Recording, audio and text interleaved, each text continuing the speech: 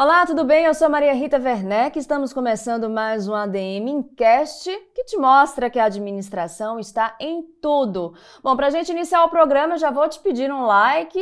Por que não já deixar os seus comentários, né? Saber o que você está achando sobre o nosso programa de hoje.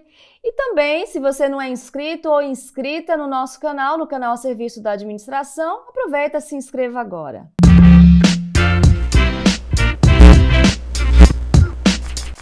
Hoje o nosso bate-papo é sobre gestão de carreira e desenvolvimento pessoal para uma trajetória de sucesso. E o nosso convidado, ele é especialista nos dois assuntos, com mestrado em administração de empresas pela FGV, com extensão em Yale, autor de um best-seller, mentor do G4 Educação Escola de Negócios, entre outras atividades. Vamos receber no ADM Incast Ricardo Basaglia, CEO da MyCoPay Brasil, a maior empresa de recrutamento do Brasil e da América Latina. Tudo bem, Ricardo? Seja muito bem-vindo. Tudo ótimo. Prazer estar aqui com vocês, com todos os telespectadores, os ouvintes aqui. Que demais ter essa oportunidade de ter essa conversa. Imagina, a gente que agradece, né, tê-lo aqui no nosso canal. E já vamos começar com uma pergunta que eu acredito que muita gente que está nos assistindo já gostaria de saber, de entender como é que funciona isso já no início do nosso programa. Bom, com base na sua experiência, pelo menos mais de 10 mil entrevistas você já fez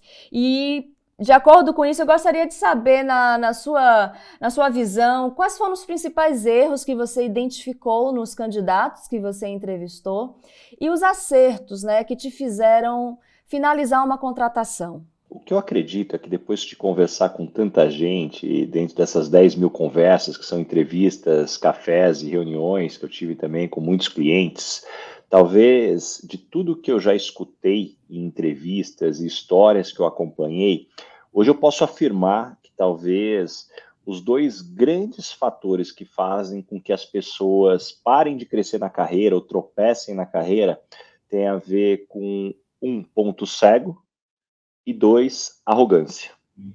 Então, falando sobre ponto cego, é muito difícil que a gente sozinho tome as decisões corretamente. E então, talvez se hoje me pedissem para escolher uma habilidade do líder ou qual a habilidade principal, certamente eu diria que é o poder de escuta. O líder que não escuta, o líder que não tem capacidade de entender o que está acontecendo à sua volta é como um piloto de avião que pilota sem painel, simplesmente olhando pela janela e com base no feeling. Eu, particularmente, não gostaria de estar num avião como esse. Então, isso é sobre ponto cego. O outro é sobre arrogância. Ao longo do tempo, eu também fui aprendendo que existem dois tipos de arrogância, a arrogância externa e a arrogância interna. A arrogância externa, ela é muito fácil de se perceber porque ela é barulhenta. É a forma como você se coloca no ambiente, é a forma como você se posiciona, distrata as pessoas, a soberba. Só que talvez a arrogância mais perigosa é a interna, porque ela é silenciosa.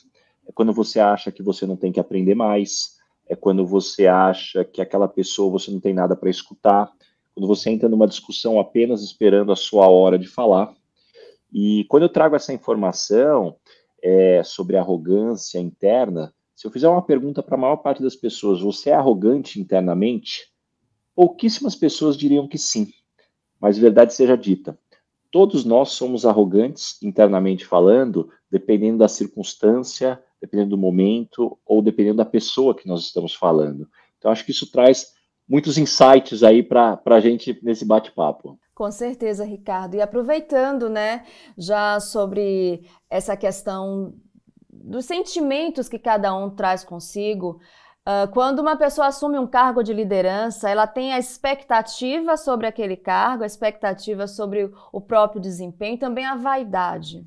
Aí eu vou te pedir para você falar para a gente, dar dicas, por exemplo, sobre como um profissional de alta performance ele pode alinhar, né, a vaidade com as expectativas. O que eu vejo, acho que antes de tudo, todos nós, sobre expectativas, deveríamos, antes de avaliar quais são os benefícios da posição, mas quais são os deveres dessa posição? O tempo que vai te cobrar, a energia que vai te cobrar.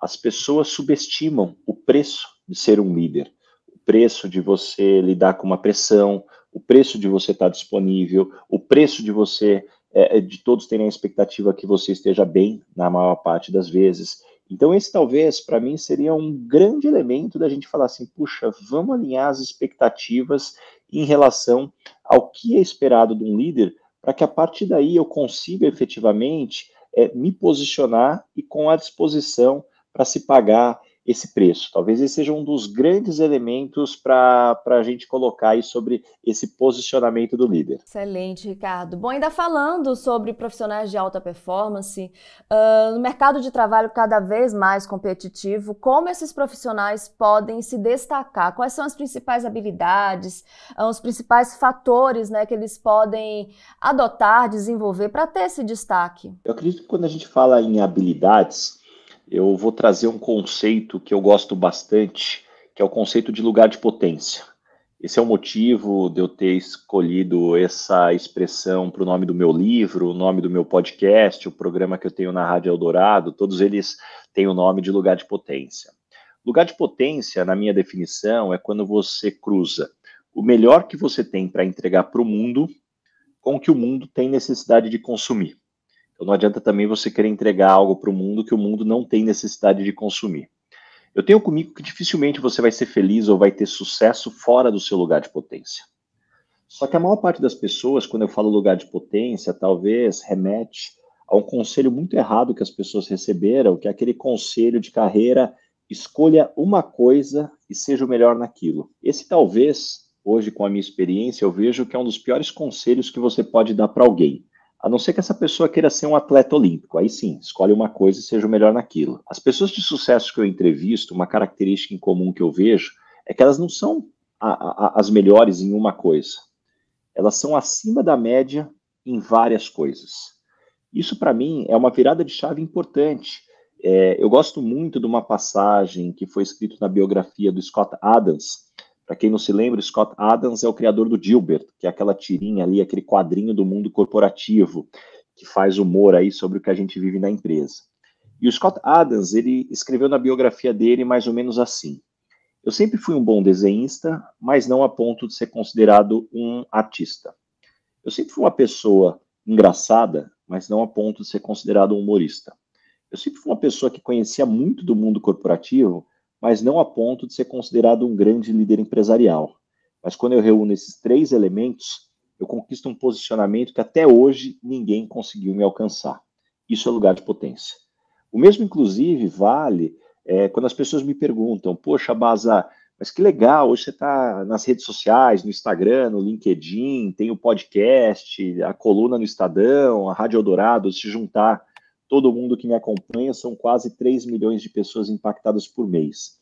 O que você acha que você tem de diferencial? Eu gosto de dar a mesma resposta. Eu não sou a pessoa que mais estudou de carreira e liderança no Brasil. Eu não sou a pessoa que tem mais anos de experiência como headhunter, tem gente com mais de 17 anos. Eu não sou a pessoa que mais conhece de social. E estou longe de ser a pessoa mais carismática. Mas quando eu reúno esses 4 elementos, eu conquistei o meu posicionamento. Isso é lugar de potência, porque qual é a forma mais fácil da gente ser aceito por um grupo? É se parecendo com o grupo. Afinal, quanto mais a gente se parece, mais rápido a gente é aceito. Agora a gente só se destaca por ser diferente. Então, esse para mim é o grande elemento do mercado corporativo, a coragem de ser único. Como você pode ser autêntico. Lembrando que ser autêntico não é falar tudo que pensa. Quem fala tudo que pensa é criança, é outra categoria. Adulto, ser autêntico é como que você, dentro dos seus valores, consegue se posicionar por onde você passa. Agora, olhando para o outro lado, né? Quando a gente fala das empresas, o que é que você pode destacar hoje para a gente que as empresas estão procurando? Obviamente, essa autenticidade, né? O mercado está cada vez mais necessitando de profissionais que sejam autênticos, como você falou, mas o que mais as empresas buscam hoje num profissional de alta performance? É muito interessante a gente avaliar como foi a evolução ao longo do tempo sobre o que seriam os preditivos de sucesso de alguém no mercado de trabalho. Quando eu era criança, o preditivo de sucesso era mandar as crianças fazerem teste de QI. Se o QI fosse alto, teoricamente essa pessoa teria aí uma grande chance de ter sucesso. E ao longo do tempo, todos nós começamos a ver que o mais inteligente da classe não necessariamente era o que se dava melhor na carreira. Depois se falou muito do quê? Do coeficiente emocional. Mas de tudo que eu venho estudando hoje, o maior preditivo de sucesso é o QA, coeficiente de adaptabilidade. O quão a gente é adaptável, porque a gente é contratado para uma empresa com base numa foto, e essa foto vai mudar muito rápido. Então, se a gente não for capaz de se adaptar, a gente não vai conseguir estar preparado para o que vem pela frente. Então, não é que QI ou conhecimento técnico deixou de ser importante. Na verdade, ele é o básico para você entrar no jogo. Sem ele, você nem entra no jogo. Então, eu tenho comigo assim, o QI é o que te faz entrar no jogo, o coeficiente emocional é o que te faz ganhar o jogo, mas o que vence campeonato é a adaptabilidade. E aí, a adaptabilidade, a gente pode destrinchar em algumas habilidades. A primeira delas, o poder de escuta, que a gente já falou aqui logo no início. Então, se você não escuta, você não é capaz de ler o ambiente. O segundo é a gente falar sobre resiliência.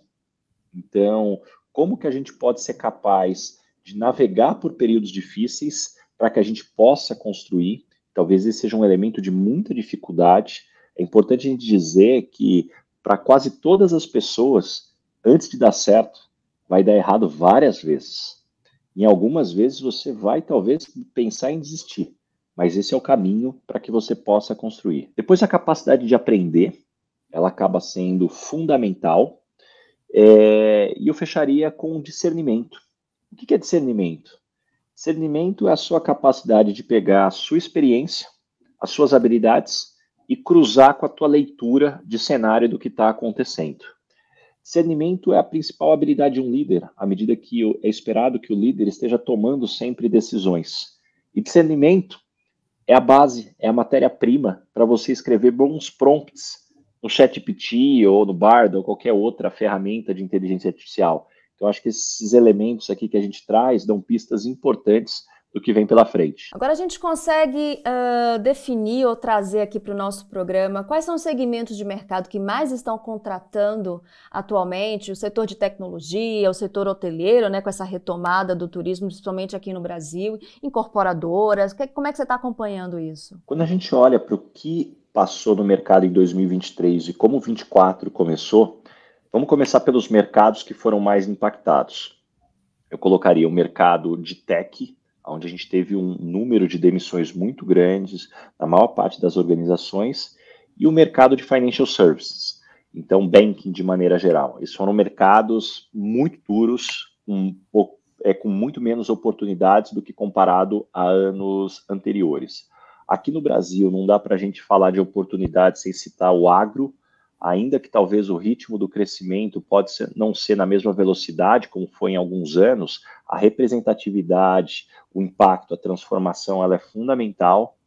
Bens de consumo, de maneira geral, também foi muito bem dentro dessa dinâmica, e eu acrescentaria serviços. Você falou hotelaria, mas serviços, de maneira geral, vem com um bom número de oportunidades. Bom, Basaglia, a gente aqui fala para um público diverso, mas a maioria do nosso público é formado por profissionais da administração, e eu tenho certeza que todos gostariam de saber de você o que é que um recrutador busca no profissional da administração. A gente já está falando de competências, já falou de uma forma geral, mas quando a pessoa em questão é um profissional da área da administração, quais são as principais habilidades que hoje valorizam, né, os profissionais dessa área? Eu acho que o primeiro elemento para a gente colocar aqui na mesa é que um administrador, eu costumo dizer que, como tudo na vida, você tem o lado sombra e o lado luz. O lado luz é que a administração te dá uma possibilidade gigantesca de opções de carreira. Agora, o lado sombra é que não é uma profissão como um advogado. Eu vou te contratar como administrador. Isso normalmente não existe na maior parte das empresas um cargo como esse. Então, dentro dessa dinâmica, o que eu recomendaria para todos os administradores é primeiro entender como você quer se inserir. Quando a gente fala de uma área de gestão, você está falando da área da saúde, numa empresa, dentro dessa dinâmica, acho que esse é o primeiro elemento. O segundo, a recomendação que eu daria para todo mundo que está construindo aqui a sua carreira, cuidado com essa abordagem de meu trabalho é muito operacional, eu queria um trabalho mais estratégico. Se você está dizendo que você quer um trabalho que você só vai pensar, não vai ralar, não vai colocar a mão na massa, você tem um problema.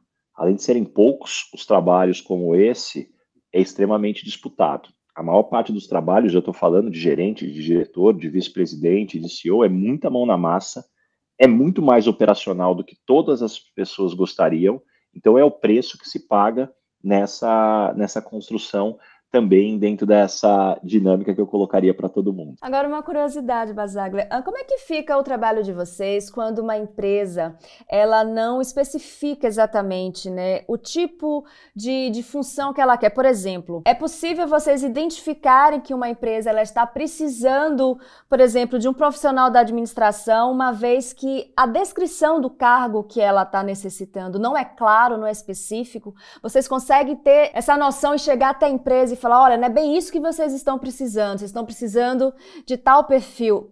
Funciona dessa forma também? Puxa, a sua pergunta é muito boa. E a resposta é que raro os casos que apenas o job description é suficiente para você contratar a melhor pessoa. Job description é da onde você parte, mas aí entra a nossa experiência de fazer boas reuniões com o gestor, com o RH, entender o contexto de empresa. Eu acho que isso não é exclusivo da gente como recrutador. Eu acho que todo mundo que trabalha na área de professional services, então advogado, consultor, auditores, dificilmente um cliente é capaz de dizer tudo o que ele quer ou que ele precisa. A nossa capacidade como prestador de serviço tem que ser justamente entender o que está além do que está sendo dito. Então, isso é fundamental para que a gente possa ter sucesso. Vamos falar agora um pouco sobre sucessão. Ricardo, o que é mais difícil em um processo de sucessão? Escolher a pessoa certa ou saber fazer o onboard, que é justamente aquele processo, né, de integrar essa nova pessoa à empresa? Na sua opinião, onde é que fica a dificuldade entre esses dois elementos? Bom, eu acho que quando a gente fala de sucessão também é importante a gente dividir. A gente está fazendo a sucessão com alguém que vem dentro da empresa ou alguém que vem de fora. E se vem dentro da empresa, a gente está falando de eventualmente uma sucessão familiar ou executiva.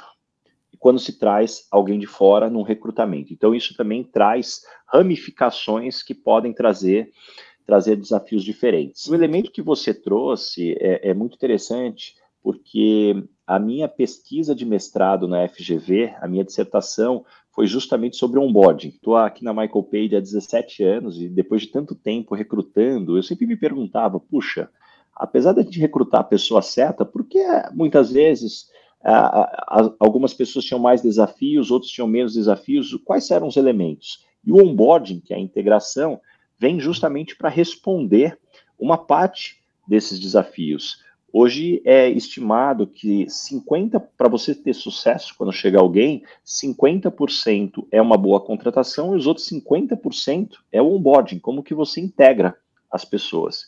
E falando de integração, na minha dissertação de mestrado, eu escrevi, através da pesquisa, dos 4 Cs que são necessários do onboarding. Compliance, clarificação, conexão, cultura e conexão. Eu vou falar de cada um deles. Primeiro, compliance, que é o que a maior parte das empresas fazem, explicar as regras do jogo, horário de entrada, horário de saída, plano de saúde, como vai funcionar a dinâmica. Depois, sobre clarificação, o quanto que você consegue deixar claro o que é esperado dessa pessoa, quais são as tarefas, as responsabilidades, as entregas, os resultados esperados, com que periodicidade esse resultado vai ser apurado. Terceiro, cultura. Como você explica a cultura da sua empresa para alguém? Quando a gente muda de empresa, é como se a gente mudasse de país. A gente chega num lugar que a gente não conhece ninguém, as pessoas falam um outro idioma, que são todas as nomenclaturas que existem da empresa, e você não sabe o que é educado ou não fazer, né? Eu sou de uma família de descendente de italianos, né? Se eu for no Japão e falar a 90 decibéis, possivelmente vão achar que eu estou gritando. Se eu for na Itália e falar 120 decibéis, vão achar que eu estou falando baixo. E não tem certo, não tem errado. É a cultura daquele lugar e o mesmo acontece para muitas empresas. E o quarto C, que é a conexão.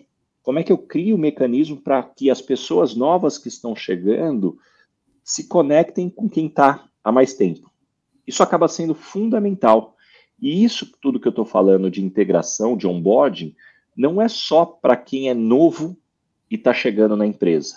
Quando você tira uma pessoa de uma posição e traz para outra, essa pessoa, apesar de estar dentro da empresa, ela deveria também ter um processo de onboarding sobre essa nova posição que ela está chegando. Então, acho que isso traz uma clareza importante. Com certeza. Agora, conta pra gente como é que funciona o processo de procura de um líder para substituir um fundador de uma empresa. Quais são os critérios mais considerados, né, nesse processo? Imagino que seja bem delicado, né? Quando a gente fala de substituir um founder, a grande verdade é que as estatísticas mostram que a maior parte dos founders, quando são substituídos, o primeiro presidente que vem fica menos do que 12 meses, porque é muito difícil, é muita pedra para quebrar, para se pavimentar o caminho, e a partir do segundo ou terceiro ele vem para ficar mais tempo. Então isso mostra uma análise importante que a gente precisa fazer, o primeiro, quanto que esse fundador ele está disposto a entregar o bastão. Na teoria, é fácil falar, né?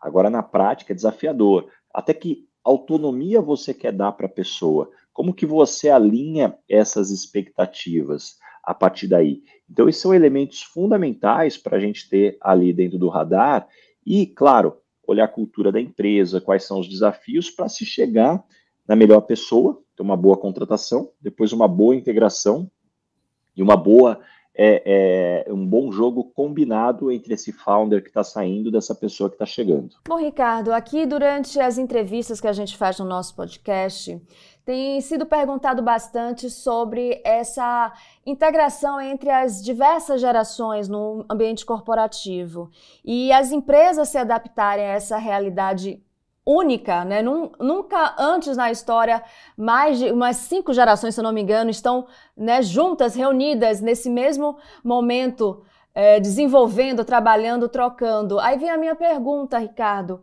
como é que você está vendo esse cenário, né? Essas multigerações no mesmo ambiente corporativo, muitas vezes, e também, você acha que o mercado tem sido bastante hostil com os profissionais 50 a mais? Quando a gente fala de conflito de gerações, eu acho importante a gente olhar para o contexto da história, né? Tem uma frase que ficou bastante comum, que ela diz mais ou menos assim: não tenho mais nenhuma esperança na próxima geração. Eles são mal educados, não têm respeito, não se levantam quando uma pessoa mais de idade chega, não tem consideração pelo que foi construído, não tenho nenhuma esperança nessa nova geração. E essa é uma frase escrita por um filósofo grego há milênios. Então isso mostra que o conflito de geração ele existe desde que o mundo é mundo.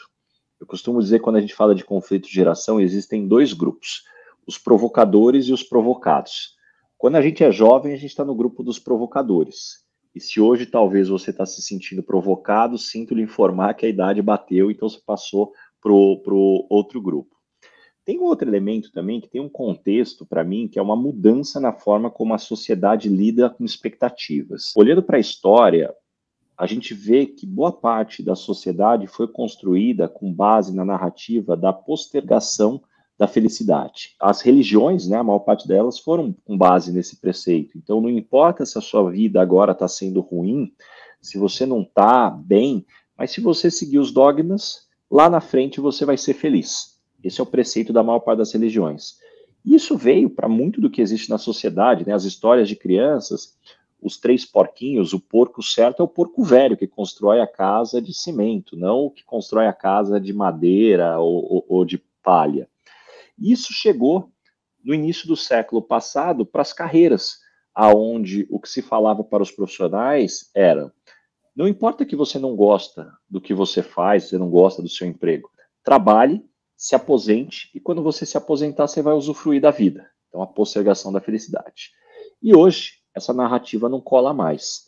Primeiro que a gente não vai se aposentar, né? Já vamos deixar alinhado para todo mundo que está nos assistindo, nos escutando, não tem mais aposentadoria, a gente vai trabalhar por muito tempo. E depois, eu não quero ser feliz lá na frente, eu quero ser feliz agora. Só que talvez um pêndulo que estava ali na ponta, quando a gente falava da postergação da felicidade, eu vou ser feliz depois, a hora que você solta, esse pêndulo ele não para no meio, ele vai para outro extremo, que é o hedonismo a todo momento. Tudo vai dar certo, tem que sair agora, e isso é muito perigoso.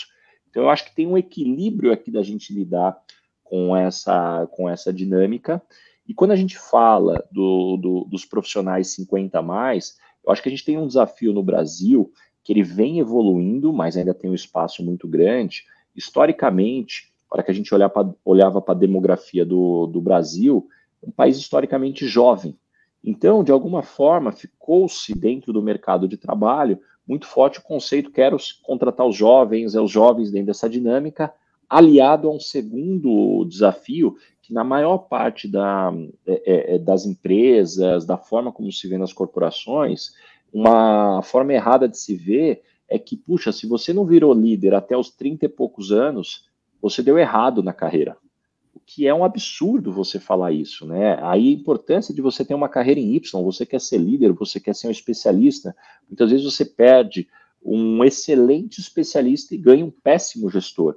Então, saber ter as carreiras em Y também contribui muito para você manter essas pessoas com mais experiência. Mas esse ainda é um mundo que eu vejo que definitivamente tem bastante a evoluir. Tem se falado muito que as empresas que mais se destacam positivamente são aquelas que adotam uma gestão horizontal, né?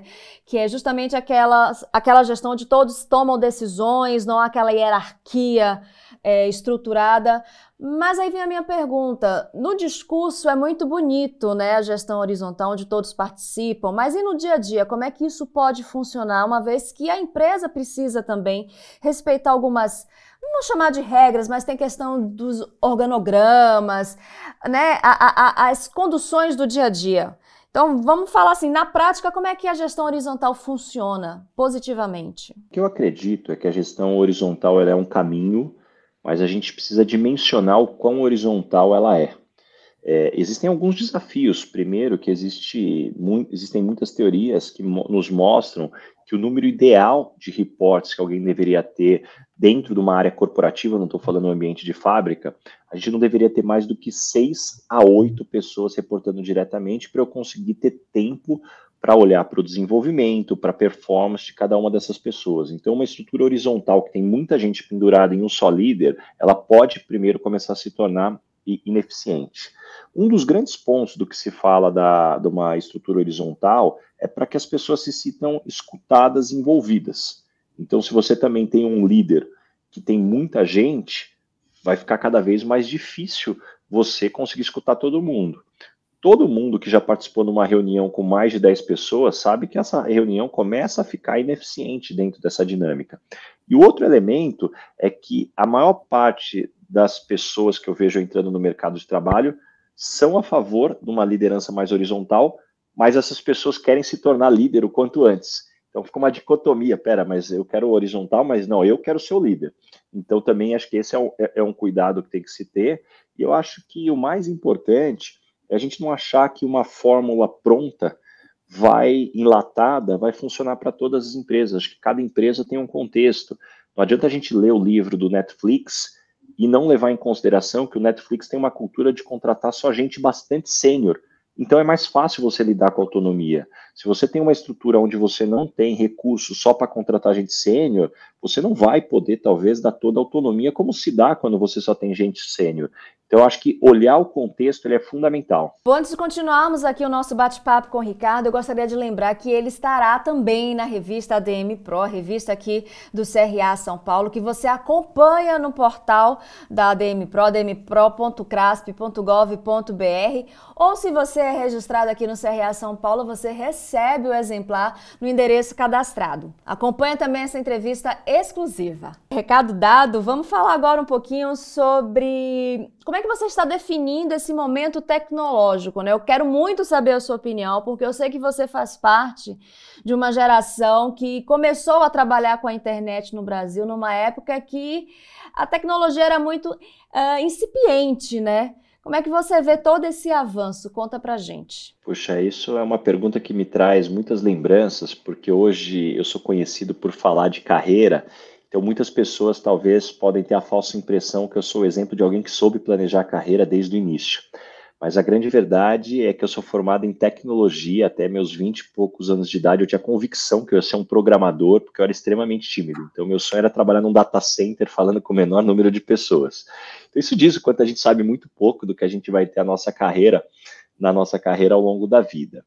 E falando de tecnologia, hoje eu venho buscando talvez uma abordagem um pouco diferente do que a maior parte das pessoas vem falando, que ao invés de se falar o que a tecnologia vai substituir, eu venho pensando muito sobre o que a tecnologia não deveria substituir. O que são as habilidades dos seres humanos?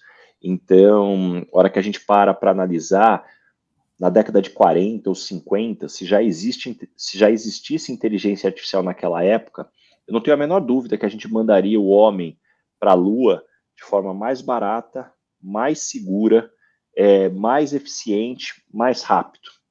Agora, ainda que eu conseguisse tudo isso, eu jamais conseguiria que a inteligência artificial tivesse o sonho de mandar um dia o homem para a Lua. Isso é do ser humano. Eu jamais conseguiria ter uma inteligência artificial que seja capaz de criar uma criança para que ela se torne um bom ser humano.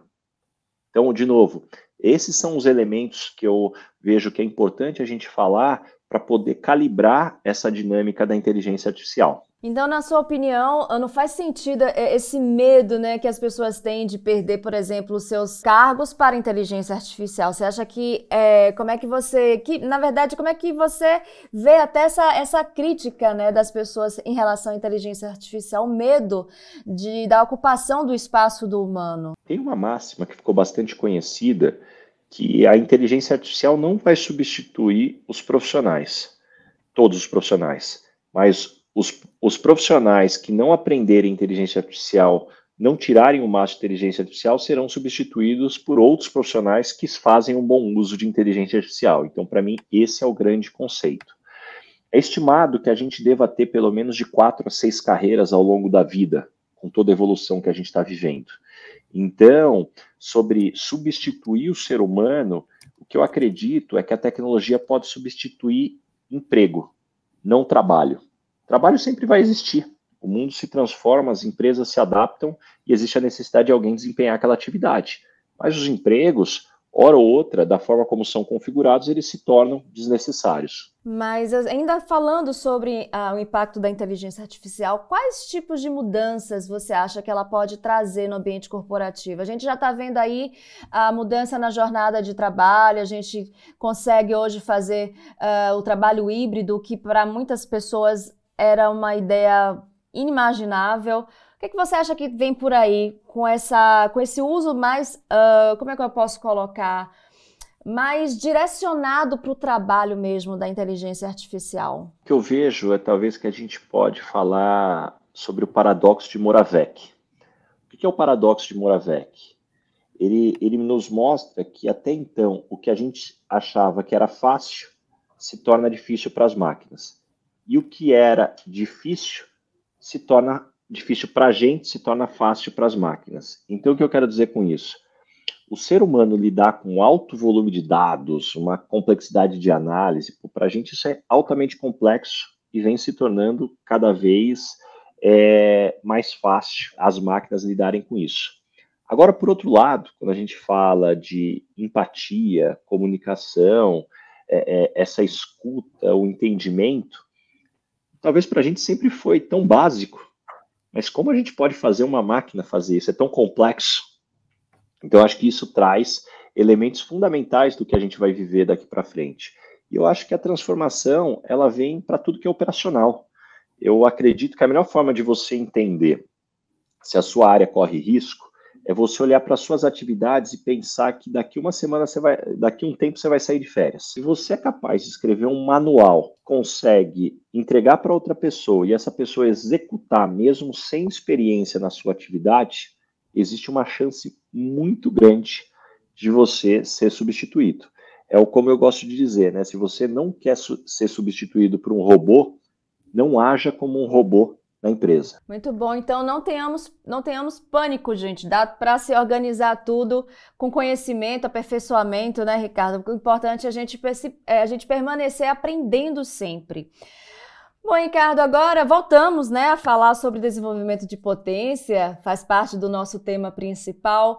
Quando é que a empresa pode iniciar, né, esse processo de desenvolvimento de potência? Primeiro, eu gostaria de saber se a empresa pode sim contribuir, acredito que sim, nesse processo de desenvolvimento de potência dos seus colaboradores, mas em que momento ela inicia esse processo? Já é no treinamento, já é no momento que ela está recebendo, né, aqueles colaboradores?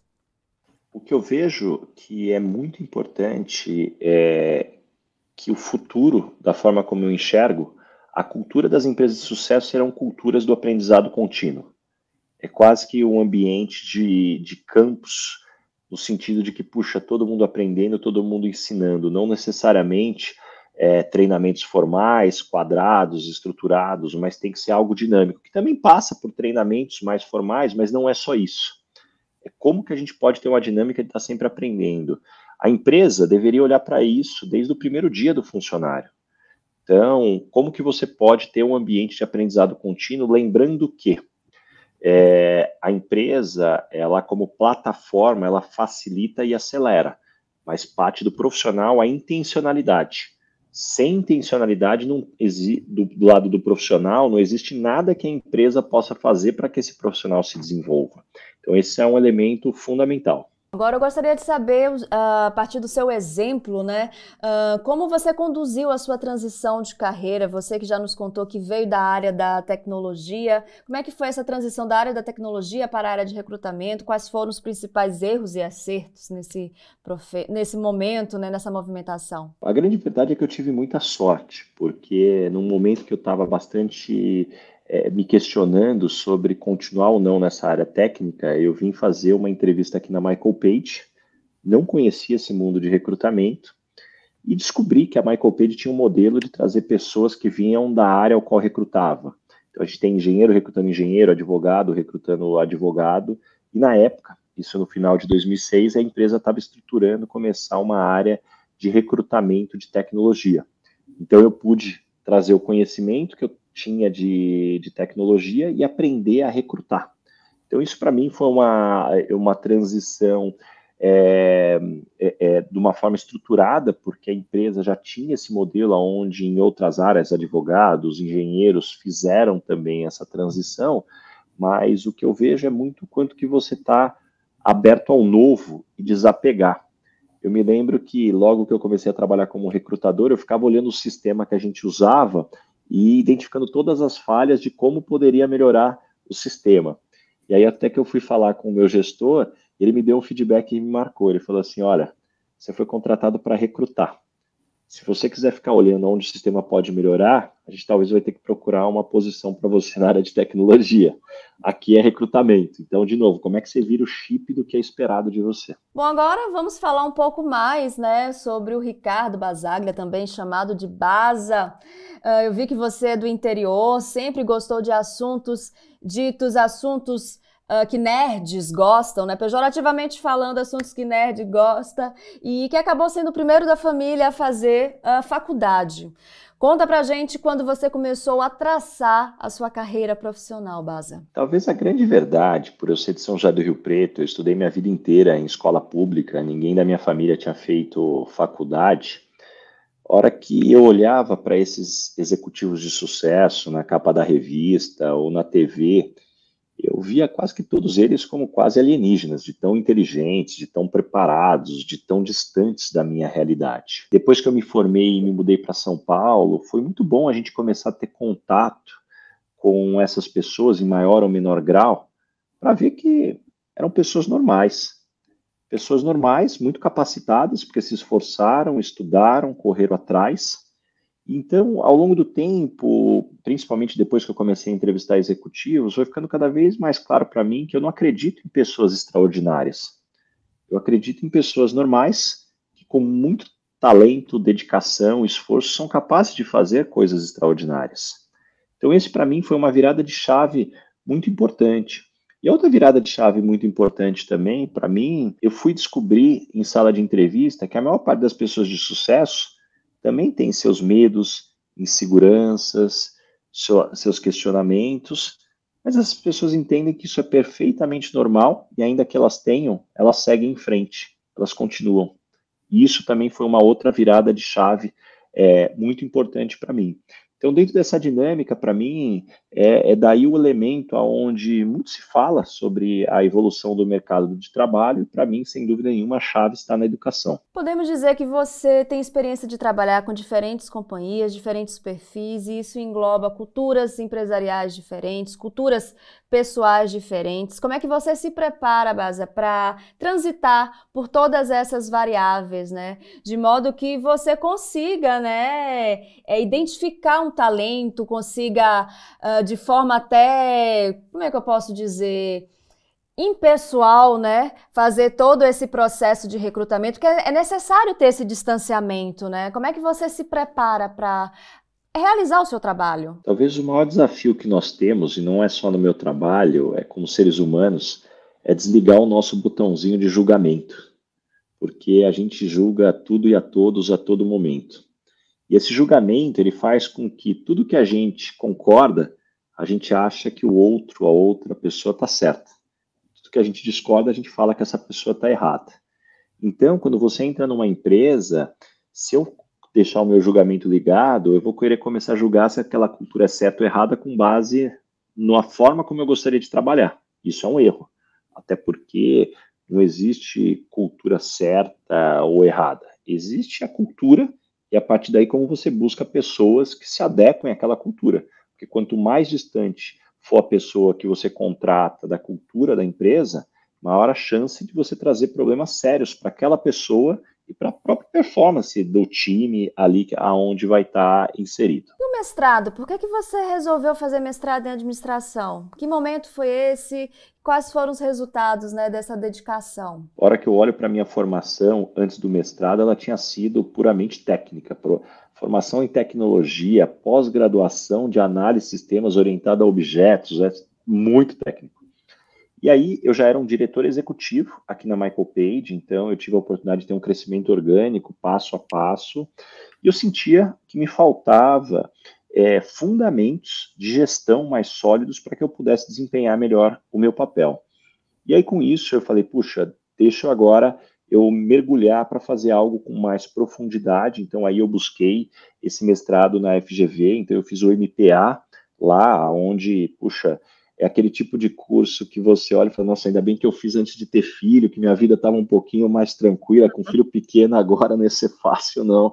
Ali a carga de leitura é muito grande, mas depois você percebe o quanto que esses fundamentos ajudaram a construir muito do que você usa no dia a dia. Então, para mim, foi uma experiência fundamental. É uma dica sua, o profissional se manter sempre em constante aprendizado? Eu acredito que o profissional sempre deve estar aprendendo, não só em cursos formais e estruturados, mas a dedicação de se aprender sempre. Talvez uma das perguntas que eu mais gosto de fazer em sala de entrevista é a seguinte pergunta: o que você aprendeu nos últimos 12 meses que hoje é um diferencial na sua carreira? Para quem está nos escutando aqui e está com dificuldade de responder, eu posso dizer, sinto muito, mas você está ficando para trás. Porque no mundo que muda tão rápido, se você nos últimos 12 meses não aprendeu nada que se tornou um diferencial para você, você está ficando para trás. Então, esse aprendizado contínuo é fundamental. E para isso valem todas as fontes de aprendizado, né? Da acadêmica aos vídeos mais...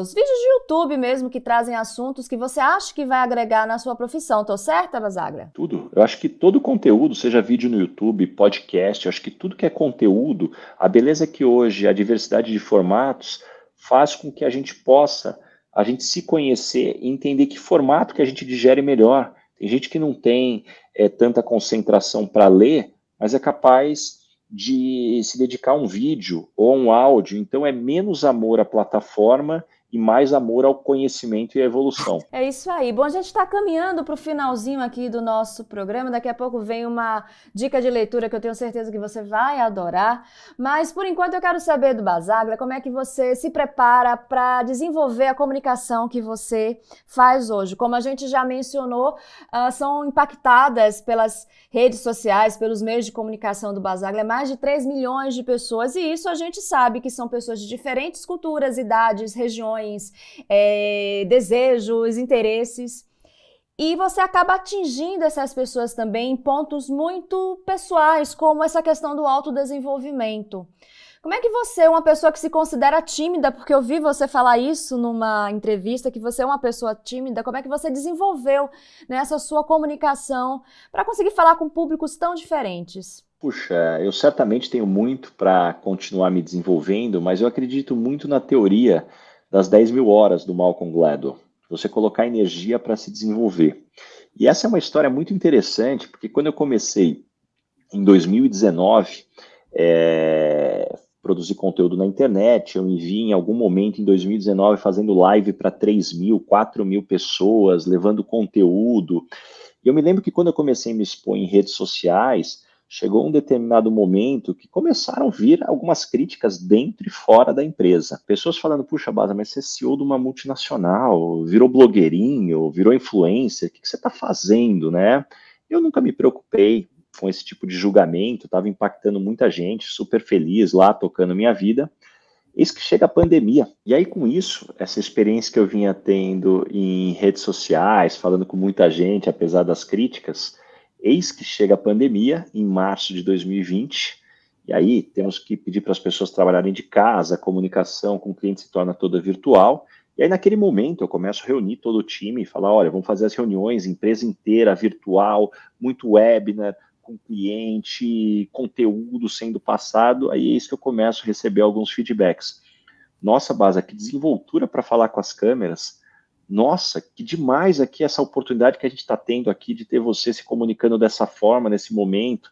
Falei, pois é, quem diria que o blogueirinho estaria aprendendo uma habilidade que seria fundamental para um CEO de uma empresa. Eu acho que essa mente aberta para o aprendizado é sempre fundamental. Agora, Basaglia, você é referência para muitas pessoas. Quem são as suas referências? Eu vou dizer as minhas referências nesse momento, porque eu estou sempre buscando novas referências, mas gosto muito de Adam Grant, Simon Sinek, gosto muito de Ray Dalio, gosto de Naval Ravikant, gosto de Morgan Housel, gosto do Harari. Então, acho que é tudo que traz um contexto com a pegada de autores como esses que eu estou trazendo aí, eu estou sempre buscando aprender. Muito bom. Bom, já que a gente está falando em referências, eu vou aproveitar e vou pedir a dica de leitura para o Ricardo. Vou pedir para ele falar um pouco para a gente sobre o seu best-seller, Lugar de Potência, Lições de Carreira e Liderança de mais de 10 mil entrevistas, cafés e reuniões. Baza, fala para a gente para quem esse livro é indicado, quais são os principais pontos que você destaca nele. Meu grande objetivo com esse livro foi tentar compilar quais eram as principais dúvidas que as pessoas tinham sobre carreira e liderança e que infelizmente não vinha sendo tratado em graduação, pós-graduação e MBA. E aí com isso eu estruturei o livro em 4 grandes partes, são mais de 400 páginas, onde a primeira parte é como você se conhecer, como você se entender para você poder potencializar o seu desenvolvimento. A segunda parte é sobre como você cresce na empresa que você está. Então, como você se posiciona adequadamente, como que você consegue construir o espaço para poder crescer. A terceira etapa do livro é sobre procurar um novo emprego. Quando você não está empregado, você entende que aonde você está não é o caminho, então, desde como você se organizar, como construir um bom currículo. E a quarta parte do livro é como você se tornar um líder melhor. Os principais insights que eu trago, parte da imersão que eu tenho, que eu sou sócio do Vabo e do Bernardinho, uma imersão para executivos de liderança que a gente faz a cada 2 ou 3 meses no G4. Então, dentro dessa dinâmica aqui, é um pouco do que a gente busca passar no livro. Excelente, muito obrigada pela dica. E antes da gente encerrar, acho que uma pergunta de milhões. Como um profissional pode alinhar o seu propósito de vida com a sua carreira profissional? O que eu acredito é que não existe equilíbrio de vida. Isso é uma busca eterna. Até porque os pesos não são iguais. Ora você está com um desafio maior na empresa, ora você está com um desafio maior em casa, você tem um problema de saúde, um problema com alguém, com um familiar. Então eu não acredito no equilíbrio onde tudo está redondinho. O que eu acredito é que a gente precisa estar bem e buscando estar bem com vários elementos da vida para ter várias fontes de energia. Se o trabalho for o seu único fonte de energia, quando você tiver problema no trabalho, você não tem de onde buscar energia. Então, por isso a importância, sim, tem um trabalho legal, mas tenha hobbies, tenha o seu tempo com a família, com amigos, um esporte, a oportunidade de você ter várias fontes de energia, porque quando uma vai mal, você tem outros lugares para ir buscar. Ricardo, conta pra gente o que é que você aprendeu na sua jornada, que você leva à risca até hoje, que você traz à risca até hoje, que você gostaria de compartilhar com quem está nos assistindo, para que essa pessoa também se desenvolva, tanto do lado pessoal quanto do lado profissional. Olha, o que eu aprendi ao longo do tempo é que no mundo corporativo não basta ser bom, você tem que durar. Não é uma corrida de 100 metros, é uma maratona. Então, cuide de você para que você possa ter longevidade. Então, beber água, dormir bem, se alimentar bem, fazer exercício, meditar. Não é dica de guru indiano que fica em cima da montanha, não. Isso é Atticus de Harvard que vem escrevendo aí sobre justamente a importância, antes da gente querer cuidar da empresa ou do nosso time, vamos cuidar da gente. Esse é um fator fundamental. Bom, mais uma vez, muito obrigada por você estar aqui com a gente, compartilhando um pouco da sua um pouco da muita experiência que você tem nesses dois temas que guiaram o nosso bate-papo hoje. Obrigada, Ricardo. Eu que agradeço. Muito obrigado, gente. Até a próxima. Bom, gente, antes de agradecer a cada um de vocês, só para não esquecer que o Ricardo estará na revista ADM Pro com uma entrevista exclusiva.